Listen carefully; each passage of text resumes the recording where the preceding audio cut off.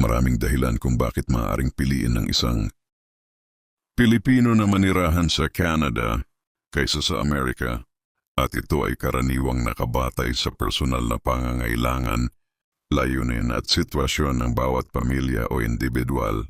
Narito ang ilang posibleng dahilan. Mas maayos na sistema ng serbisyong pampubliko. Libreng healthcare. Ang Canada ay kilala sa kanilang universal healthcare system, kung saan karamihan ng mga medikal na serbisyo ay libre o subsidized. Sa Amerika, ang healthcare ay pribado at maaaring magastos kung walang insurance. Mas maayos na edukasyon. Libre o mas abot kaya ang edukasyon sa Canada, mula elementarya hanggang high school. Ang kalidad ng edukasyon ay mataas at mayroon ding suporta para sa mga imigrante. Mataas na kalidad ng buhay. Ang Canada ay madalas na niraranggo bilang isa sa mga bansa na may pinakamataas na kalidad ng buhay sa mundo dahil sa kaligtasan, mas malinis na kapaligiran at maayos na mga serbisyo publiko.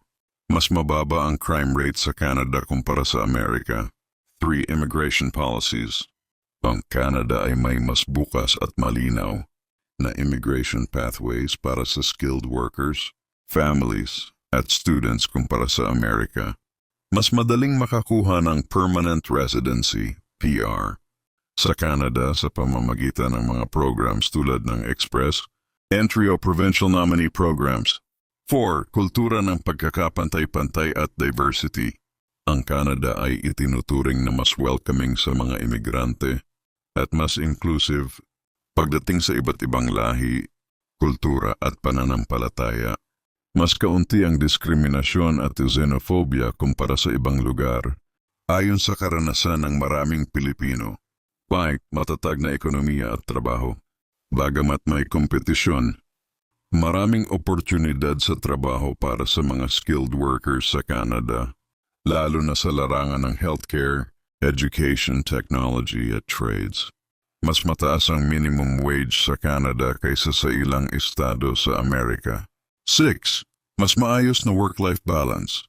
Ang Canada ay kilala sa pagkakaroon ng mga patakaran na nagbibigay halaga sa work-life balance, tulad ng mas maraming paid leave, parental leave benefits at maikling oras ng trabaho.